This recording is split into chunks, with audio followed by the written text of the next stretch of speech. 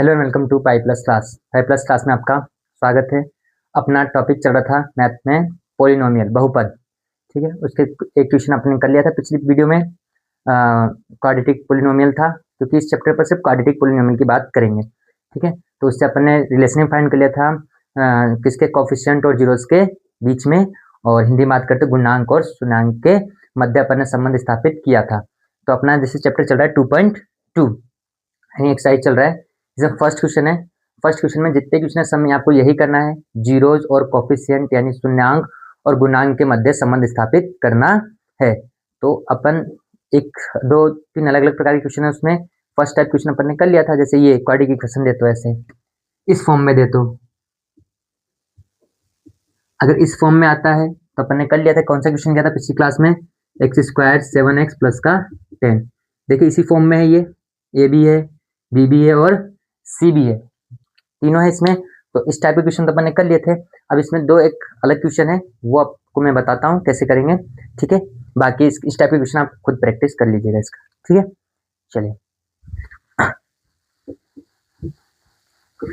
हाँ, तो इसमें एक क्वेश्चन है, मैं लिखता हूँ क्वेश्चन को। ये 4u स्क्वायर प्लस का 8u, ये क्वेश्चन है इस चैप्टर में, इस एक्सरसाइज में 2.2 के फर्स्ट क्वेश्चन में। इसमें बच्चे क्या होते हैं, काफी कंफ्यूज रहते हैं, क्योंकि क्वाड्रेटिक इक्वेशन आपने क्या पढ़ा अभी तक?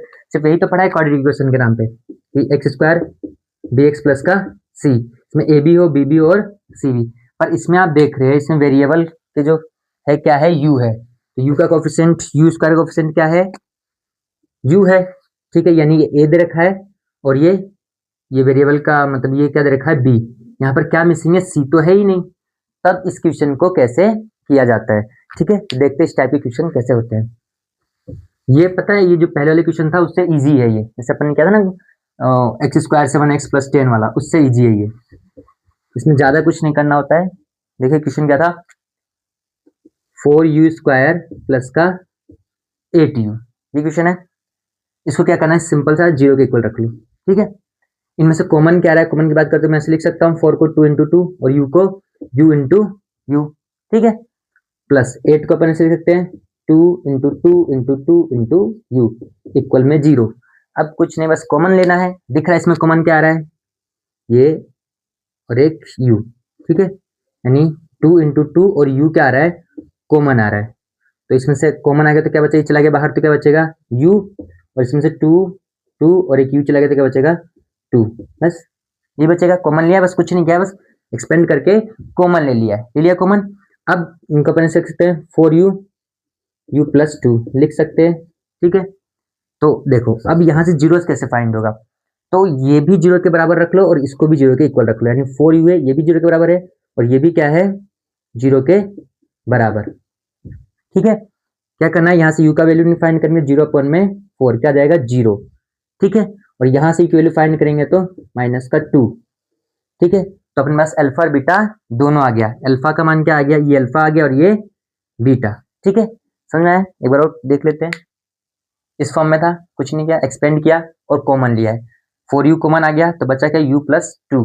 ठीक है, और इसको एक बार जीरो के इक्वल रख लिया और एक बार इसको जीरो के इक्वल रख लिया। u की वैल्यू फाइंड की, नीचे चले गया, किसी भी संख्या जीरो में किसी भी संख्या का भाग देते क्या आता है, जीरो ही आता है। ठीक है, जीरो आ गया और u प्लस 2 इसको दे भेजेंगे तो माइनस का 2। अल्फा और बीटा आपको मिल गया। अल्फा का मान क्या है, 0, और बीटा का मान क्या है, माइनस का 2। अब इसका फाइंड करते हैं कोफिशिएंट और जीरोस के बीच में रिलेशन, यानी शून्याङ्क और गुणांक के मध्य संबंध। चलिए इसको एक बार रफ कर देते हैं, फिर इधर आ जाएगा ये। इधर करते हैं। फॉर्मूला क्या होता है पता है, अल्फा प्लस बीटा माइनस का बी अपॉन में ए, यही होता है फॉर्मूला। अब यहाँ पे अल्फा का मान क्या है, 0, प्लस बीटा का मान क्या है, माइनस का 2, तो माइनस का तो ब्रैकेट लगाकर। अब यहाँ देखिए माइनस बी का मान क्या है, बी तो जो ये होता है, यही है बी, 8 माइनस का 8 अपन ए का मान क्या है, 4।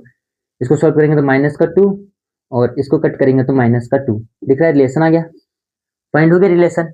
ठीक है, अब अल्फा डॉट बीटा क्या होता है, सी अपॉन में ए, यही होता है अल्फा डॉट बीटा क्या होता है, सी अपॉन में ए।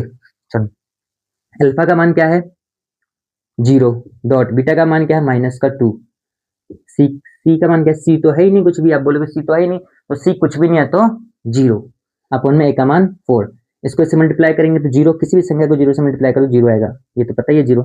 तो देखिए आगे अपना रिलेशन दोनों के बीच में, अल्फा और बीटा के बीच में, तो इस टाइप के क्वेश्चन को अपन ऐसे करते हैं। ठीक है, वह देखिए नोट डाउन करना है, नोट डाउन करते हैं। ठीक है, चलिए अब इसमें एक और अलग क्वेश्चन है, उसकी बात करते हैं अपन। ठीक है, इतना समझ में आया होगा।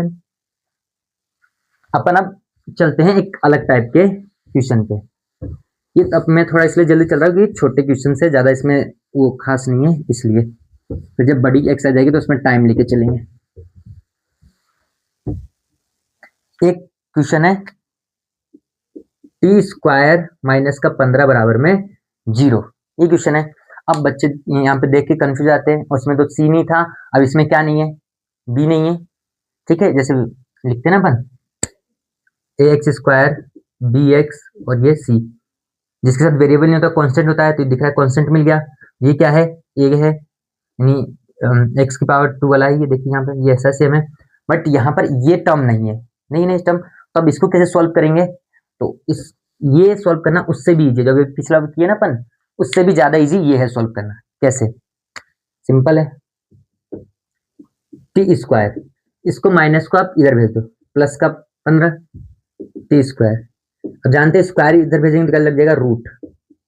अब 15 किसी का स्क्वायर होता नहीं है, तो 15 ये क्या हो जाएगा, प्लस माइनस का दोनों, रूट क्या होता है, प्लस और माइनस का दोनों होता है। देखिए अब बस आ गया इसका आंसर। अब देखिए टी का 2 मान आ गया आपके पास, क्या आ गया, एक तो प्लस का रूट 15 और एक माइनस का रूट 15। एक बार वापस देखिए, इसको इधर भेजा प्लस का 15, और टी स्क्वायर है।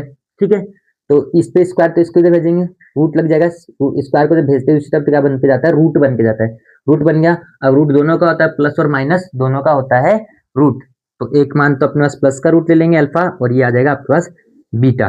ठीक है, ये आ गया अल्फा और ये आ गया बीटा। अब रिलेशन फाइंड कर लेते हैं, देखते चलिए। Relation y alpha plus beta, अब तो आ भी गया होगा आपको, माइनस का बी अपॉन में ए, यही है। अब देखिए अल्फा का मान क्या है यहाँ पर, रूट 15। ठीक है, तो लिख देते हैं रूट 15 प्लस बीटा का मान क्या है, माइनस का रूट 15, तो मैंने बताया माइनस वाले को ब्रैकेट लगाकर लिखेंगे। ठीक है, माइनस बी का मान क्या है, बी तो है ही नहीं है तो 0, और ए का मान क्या है, इसका टी स्क्वायर कोएफिशिएंट क्या है 1, तो 1। अब इसको सोल्व करेंगे, रूट 15 माइनस का रूट 15, ये क्या हो जाएगा 0, इनको माइनस जाएगा तो ये भी क्या हो जाएगा 0। देखो रूट 15 प्लस का और माइनस का क्या जाएगा 0। ठीक है, इतना समझ में आया। अब अल्फा डॉट बीटा कैसे निकालेंगे, अल्फा डॉट बीटा क्या होता है, सी अपॉन में ए, यही होता है अल्फा डॉट बीटा। चलिए अल्फा का मान क्या है, रूट 15, बीटा का मान क्या है, माइनस का रूट 15, और सी का मान क्या है, देखो जो इसका साइन है ना उसी के साथ लिखेंगे, जैसे माइनस का 15 तो माइनस का 15, ए का मान क्या है 1। अब देखिए यहाँ पे थोड़ा सा रूट 15, अब इसको जब करेंगे सॉल्व तो देखो रूट से रूट गुना करते तो रूट से रूट कट जाता है, रूट से रूट कट गया 15 ही आएगा, बट ये माइनस का, ये भी क्या आएगा माइनस का, यही सिंपल सा है। आप इसको इसको मल्टीप्लाई करो, आंसर क्या आएगा 3 तो आएगा, रूट से रूट कट जाता है, आंसर ये आएगा। ठीक है, चलिए तो ये रहा आपका 2.2 का फर्स्ट के जो क्वेश्चन थे, उसमें जो बच्चों को डिफिकल्ट लगता है ये कैसे होगा समझ नहीं पाते हैं। ठीक है, तो ये तो उनसे भी इजी है, बाकी जो मैंने तीनों टाइप के क्वेश्चन करा दिया आपको, एक फुल क्वाड्रेटिक की क्वेश्चन में आती है, इसमें ए बी और सी तीनों आता है वो भी कर लिए, और एक जिसमें अपन ने 4u प्लस 8q वाला कर लिया था वो भी हो गया, और ये भी हो गया, यानी आपका 2.2 का फर्स्ट क्वेश्चन से उसके सारे क्वेश्चन आप कर सकते हो। ठीक है, अब अगली वीडियो होगी अपनी 2.2 के सेकंड क्वेश्चन पे, वो जो क्वेश्चन है वो एक फॉर्मूले पर पूरा क्वेश्चन हो जाएगा। ठीक है, उसमें पहले फॉर्मूला कराऊंगा, फॉर्मूले का एक क्वेश्चन समझाऊंगा, उसका जो इंपॉर्टेंट क्वेश्चन है जो डिफिकल्ट लगते हैं बच्चों को वो वाला करवा के फिर वो चैप्टर भी अपने 2.2 खत्म, फिर चलेंगे अपन थर्ड चैप्टर पर। ठीक है।